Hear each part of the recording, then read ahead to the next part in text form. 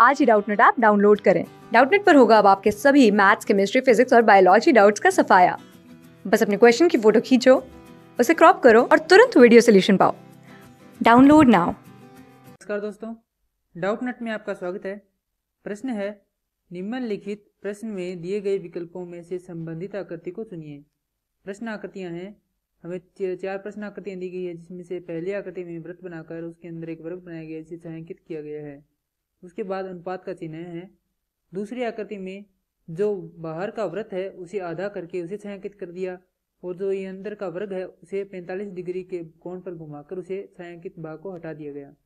और उसके बाद यहाँ पर हमें समानुपात का चिन्ह दिया गया है। यह चिन्ह यह दर्शाता है कि पहली आकृति से जो दूसरी आकृति में परिवर्तन हुए हैं वही तीसरी से चौथी आकृति में परिवर्तन होंगे।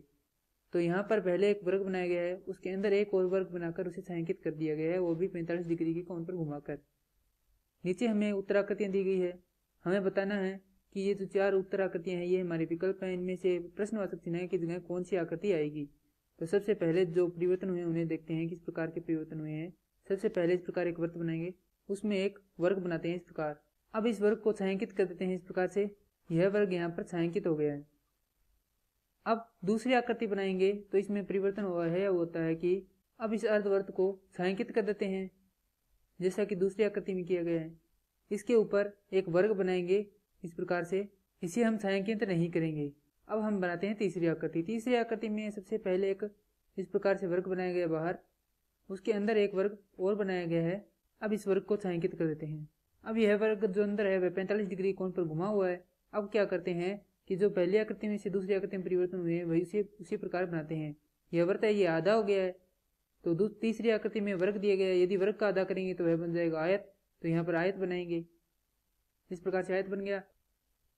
अब हम इस आयत को छायांकित करेंगे, क्योंकि यहाँ पर जो वर्ग है वह छायांकित था, लेकिन अगली आकृति में यहाँ पर वृत्त छायांकित है। जो बाहरी आकृति है वह छायांकित हो रही है, तो यहाँ पर बाहरी आकृति को हमने आधा किया है, तो इसे छायांकित करेंगे इस प्रकार से। अब यदि अंदर का वर्ग है इसे 45 डिग्री कोण पर घुमाएंगे तो यह वापस से सीधा वर्ग बन जाएगा, क्योंकि किसी भी वर्ग को हम यदि 90 डिग्री कोण पर घुमाएंगे तो उसमें कोई अंतर नहीं होगा, क्योंकि एक भुजा दूसरी ओर आ जाएगी और वर्ग की भुजाएं तो सब बराबर होती है। इसलिए यहाँ पर ऊपर एक वर्ग बन जाएगा, वो भी बिना छायांकित। तो यहाँ पर बनाएंगे इस प्रकार।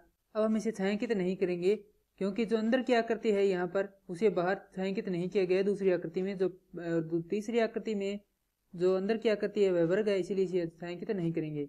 अब यह आकृति नीचे जो आकृतियां दी गई है विकल्प आकृतियां, उनमें से विकल्प 3 से मिलान करती है।